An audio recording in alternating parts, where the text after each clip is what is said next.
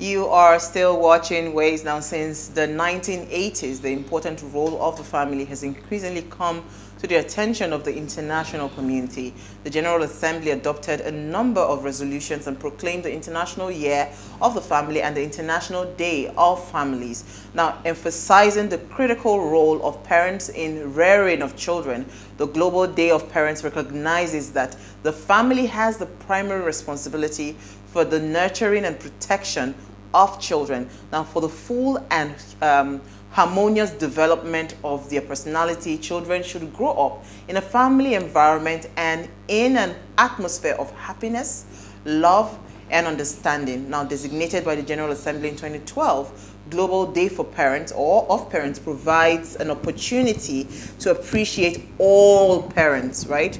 Their selflessness and their selfless commitment to children and their lifelong sacrifices towards nurturing this relationship. So, this is for all the wonderful parents out there taking out time, you know, to really raise children. Because see, a lot of people, you see them today, you will know that the foundation, I mean, we talked about parenting on, no, we just talked about raising children on Friday. It was interesting, it was Mani and I that was on, we were on the show. And I remember how I actually, for a huge chunk of my life, I sacrificed.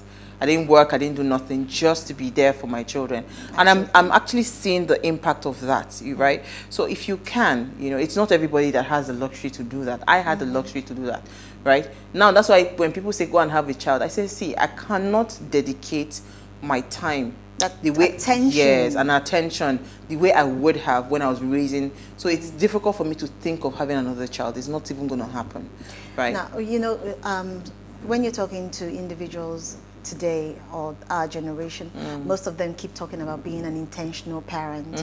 And, you know, being intentional is not just about you giving birth to the child, oh, I want a boy, or I want a girl. The key thing is you look beyond what's the environment that child is actually being groomed currently. So yes, intentionality is crucial. Just like you were intentional in grooming your children, it is also crucial that we also take something into cognizance that parents are teachers. You know, I also look at it from that perspective. The first room or the first area of, you know, grooming a child is in the home. The first point of learning. Yes, is in the home. Whatever the child gets to learn in school is secondary compared to what they learn at home. And you find out that as a tutor, when I'm talking to children, the background always reflects in their interaction. So if you're talking to a child who is in an environment where they have less intentional parents, you know, it actually reflects in the child's being. So yes, I totally agree with you, and I totally agree that happiness is crucial when you're bringing up a child, because if a child isn't happy, the child will not grow into a wholesome individual. Yeah, a wholesome adult. Yeah. Yes. All right. So, what did you find for us in the news? Okay, in the news, yes. You know, I decided to take a walk. These days, I'm just running away from Nigerian news, but this is a bit close to home as well, because we have our individuals who are actually, you know, stepping out into the limelight and making a name for themselves. So we have the story, ECOWAS appoints Nigerian poet as youth ambassador. That was the story that actually caught my attention. And the Nigerian poet Gospower Oshodin has been appointed by the ECOWAS Economic Community of West African States, ECOWAS Youth Council, as one of its youth ambassadors.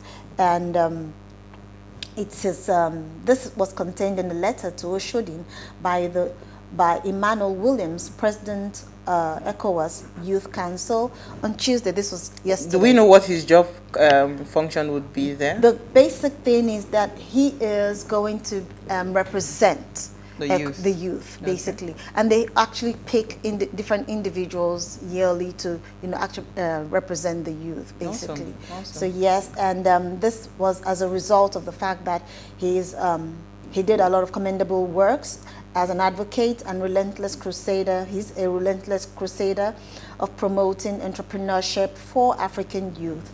in Nigeria. So yes, Awesome. he was actually recognized. Congratulations. For his work. Yes. All right, so my story is quite interesting because there's been speculation and speculation. Me, I will still go into political matter because hey, it's the season. Yeah. All right, so allow Tinubu others compete. APC, the National Working Committee, has written a letter. The members, they've written, they write to President Muhammadu Buhari saying that they should allow, what's it called? These Tinubu. Aspirants, right, to just compete. Yeah. So this was stated today. He says that he should. They asked him to please resist the urge, right, to almost like impose a successor to their party. On Nigeria.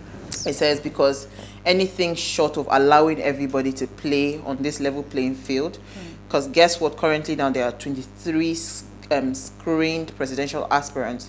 You know, it will prove that anything short of allowing them to compete on a playing field, it will prove it will bring democratically risky, or it will be democratically risky, you know, for their party. So they are asking and urging the president that please, Daddy, you do not put your mouth inside this matter. Because there has been a lot of speculations that Buhari might eventually, President Buhari might eventually like handpick a successor to say everybody follow this person. This is the person that I want to succeed and all of that. But guess what? I don't think it's healthy. If neither do I. 23 people have gone to pay 100 million for form, just allow them. May the best man win. However, or the best dollar giver, like we saw in the PDP. But it's just a joke that is happening right now. It's amazing that after them they went out to pay the monies and they're coming up to tell them that, oh, the president wants to pick or select a successor. Why didn't he select a successor before they actually paid the monies? You can't even do that now. Exactly. But remember when he was interviewed by a particular TV house where he said that if he named the successor that they were going to kill the person. So now we know why, because 23 people. Why is he clamoring for one now? Let's discuss CSR. Stay with us. We'll be right back.